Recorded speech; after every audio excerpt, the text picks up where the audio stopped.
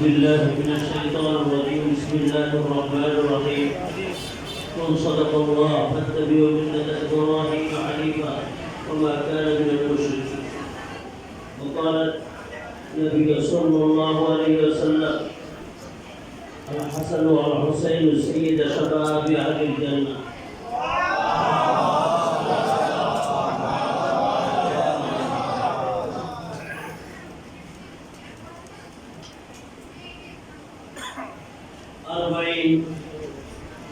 দিবস উপলক্ষে আঞ্জুমানের পাক রমজানের বিভাগীয় এই সমাবেশ উপস্থিত এই প্রতিষ্ঠানের প্রধান সৈয়দ ইব্রাহিম নাজাবি উপস্থিত আছেন ঢাকা থেকে ইরানের কনসুলেট মহোদয়, বিশেষ করে খুলনা ঢাকা এবং বিভিন্ন পর্যায়ের আলেম ওলামারা এসেছেন। কুদ্দুস ভাই, বাদশা ভাই সহ উচ্চ পর্যায়ের আলেম আমাদেরও খুলনার আহলে সুন্নাত ওয়াল জামাতে বিভিন্ন আলেমরা বিভিন্ন জায়গায় বসে আছেন, তারা ছিলেন এবং খুলনার বিভিন্ন প্রান্ত থেকে বিভাগীয় শহরে আপনারা ঢাকা, নড়াই, যশোর, সাতক্ষীরা, দেবাটা বিভিন্ন জায়গা থেকে এই কষ্ট ক্লেশ করে আরবাঈন দিবসে উপস্থিত হয়েছি। আল্লাহ শুকর আদায় করি আলহামদুলিল্লাহ এবং আরেকবার দরুদ শরীফ পড়ি আল্লাহুম্মা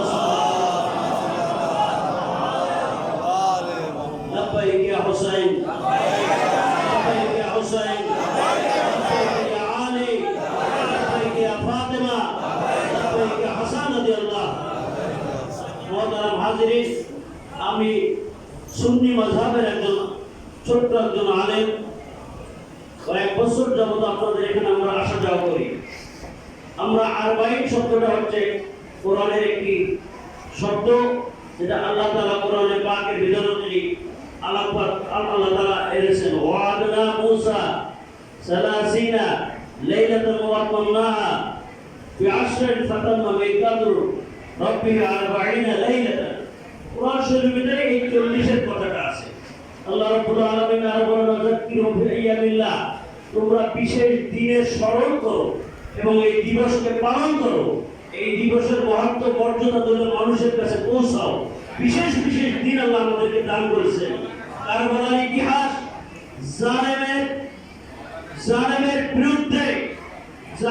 জালেমের বিরুদ্ধে যে একটা ইতিহাস সৃষ্টি হয়েছে, এটা যুগে যুগে কিয়ামত পর্যন্ত আমাদের আহলে বাইত প্রেমিক, নবী প্রেমিক যারা জান্নাতে যেতে চায়, হযরত হাসান হুসাইনের সাথে খাতুনে জান্নাতের সাথে যারা মা বোনেরা জান্নাতে যেতে চায়, এই মানুষগুলা কিয়ামত পর্যন্ত এই আরবাঈন দিবস অবশ্যই পালন করব এবং সেই জুলুমের কথা, উমাইয়া শাসক ইয়াজিদের কথা আমাদেরকে বলতে হবে, চিত্র তুলে ধরতে হবে, যেটা হযরত যায়েনাব এবং জয়নুল আবেদিন এই সময় যদি তুলে না ধরতেন, হয়তো কারবালার ঘটনাটা ইতিহাসে যে সময় থেকে যেত।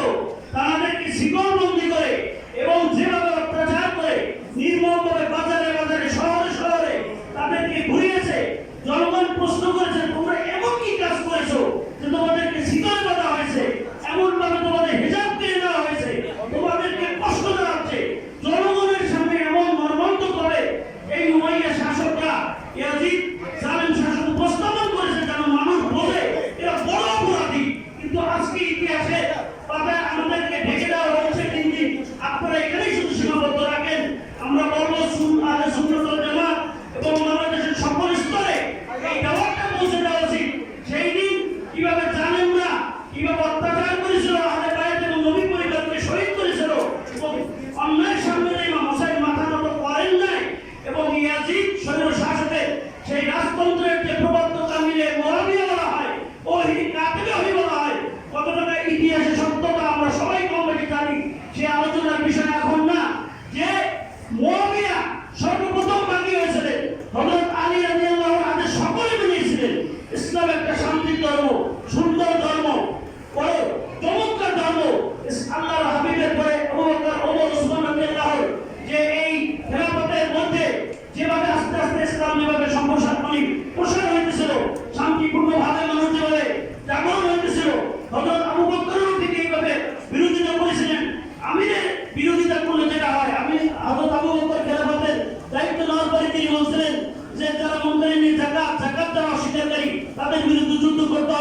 যারা বিদ্রোহ করতেছে তাদের বিরুদ্ধে যুদ্ধ করতে হবে। ওসামা ইবনে যায়েদ ওখানে ইয়ারমুক ওখানে যুদ্ধ চালাতে হবে। সকল সাহাবীরা বলেন এই মুহূর্তে না, এই অবস্থায় করা যাবে না, কেবল আল্লাহর হাবিব চলে গেছে, আপনি দায়িত্ব নিয়েছেন, এমনকি ওমরের জন্য পর্যন্ত বাধা দিয়েছেন। হযরত আবু বকর রাদিয়াল্লাহু বলেন, তিনি বলেন আপনি ও রাসূল আপনি আল্লাহ আপনি রাসূল ওয়া উলিল আমরি মিনকুম, তিনটা আল্লাহর আদেশ, রাসূলের আদেশ এবং নেতার আদেশ মানতে হবে। সেই দিন হযরত আবু বকর বলেছিলেন, তোমরা কেউ যদি আমার সাথে না থাকো, আমি একটা ঘোড়ার পিঠে আমি সেই সব বিদ্রোহীদের বিরুদ্ধে আমি যুদ্ধে জিহাদে রওনা হলাম। পরবর্তীতে যখন এটা সফলতা আসলে সকলেই বলল আবু বকর সিদ্দিকের চিন্তা এবং মানে সিদ্ধান্ত সঠিক ছিল, আমাদের ওই বিরোধীটা সঠিক ছিল না। ঠিক একইভাবে হযরত আলী কারামাল্লাহু ওয়াজহু যিনি খলিফাতুল মুসলিমিন হলেন, তিনি রাতের অন্ধকারে যখন আলেমরা আসলো, মদিনাবাসীরা আসলো, আপনারা জানেন বায়াত দেবো, আপনি খলিফাতুল মুসলিমিন, তিনি হযরত আলীকে বলেন না, আমি রাতের আধারে তোমাদের হাতে বায়াত দেবো না, আমাকে প্রকাশ্য দিনের আলোতে সকলে তোমাদেরকে বায়াত দিতে হবে, সকল মানুষ জানবে আমি চুপিসারে তোমরা রাতের আধারে বায়াত দেবে, আমি পছন্দ করি না। হযরত আলী রাদিয়াল্লাহু আনহু বায়াত দিলেন। আলী রাদিয়াল্লাহু সর্বপ্রথম যেসব প্রাদেশিক গভর্নর ছিল 8 জন সবাইকে শুরু করলেন, তাদেরকে তলব করলেন বিষয়টা শুনবে, কিন্তু সকলে মেনে নিল।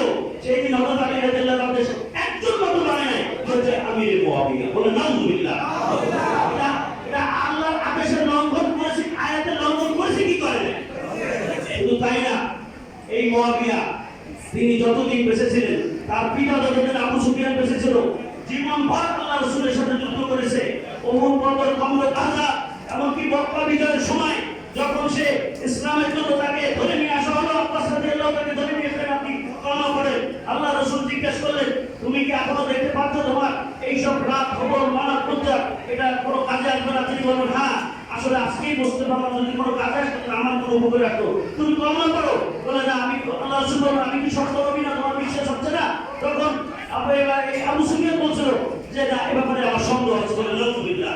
তখন আবু সুফিয়ানকে জোর করে কলমা পড়ানো হয়েছে, আবু সুফিয়ান বাধ্য হয়ে। এই হলো আবু সুফিয়ান, তার বংশধর মুআবিয়া, তিনি একটি চরিত্রে পাঠ করেছেন। তার সন্তান ইয়াজিদ, তিনি প্রথম বছরে আহলে বাইতকে শহীদ করেছেন, দ্বিতীয় বছরে মদিনা শরীফে হাজার হাজার সাহাবীদেরকে শহীদ করেছেন, তৃতীয় বছরে কাবা শরীফ ধ্বংস করেছেন। আমার কথা হচ্ছে এইটা যে আমরা আরবাঈন দিবসে এই কথাগুলা মানুষের কাছে, আপনারা সবাই জানেন, শুধু সীমাবদ্ধ থাকতে হবে না, মানুষের কাছে এই জুলুমের প্রতিবাদ করতে হবে, স্পষ্ট করতে হবে। আমাদের বাংলাদেশের শিক্ষা কারিকুলামে, মাদ্রাসা, স্কুলে এই আরবাঈন দিবসের মহত্ব গুরুত্ব